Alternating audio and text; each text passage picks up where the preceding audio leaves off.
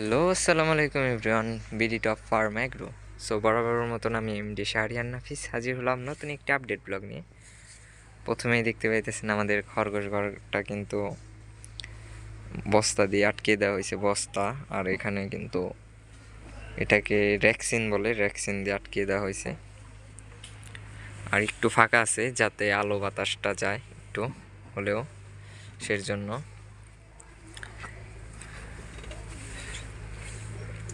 আর আজকের মূল ব্লগটি হলো যে খরগোশ কতদিন পর বাচ্চা দেয় আর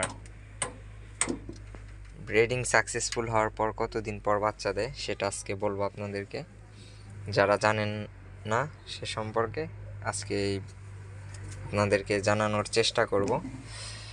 সো সাকসেসফুল মিটিং করার পর খরগোশ খরগোশ 30 কতটা আছে 30 অথবা কতগুলো আছে 40-50 দিন পর বাচ্চা দেয়। 50 দিনের ওভার হয়ে গেলে মনে করবেন যে সাকসেসফুল মিটিং হয় নাই, সের জন্য বাচ্চা দেয় নাই। সো 50 দিন পর যদি বাচ্চা দেয় তাহলে তো হলোই। বাচ্চা দেওয়ার পরে আবার মিটিং করাবেন বাচ্চার চোখ ফুটলে, অথবা 20-15 দিন পর আবার মিটিং করিয়ে দিবেন। এভাবেই আপনারা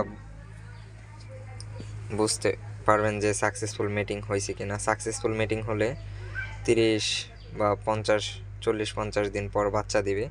আর যদি মিটিং সাকসেসফুল না হয় তাহলে বাচ্চা দিবে না। বাচ্চা না দিলে তারপরে আবার মিটিং করিয়ে দিবেন।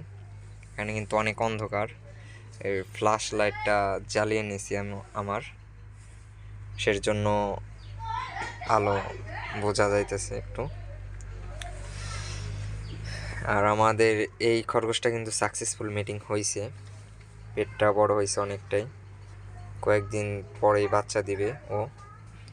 এটাও সাকসেসফুল মিটিং হয়েছে, এটাও বাচ্চা দিবে ইনশাল্লাহ। আর এটাও মিটিং সাকসেসফুল হয়, কিন্তু এবার করাইছি মিটিং, দেখি বাচ্চা দেয় কিনা।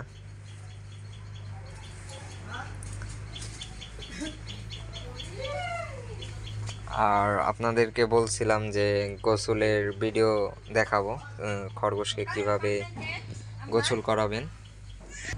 সেই ভিডিওটি আমি দিতে পারতেছি না কারণ এখন শীতকাল, সের জন্য কিন্তু খরগোশকে গোসল করাই না।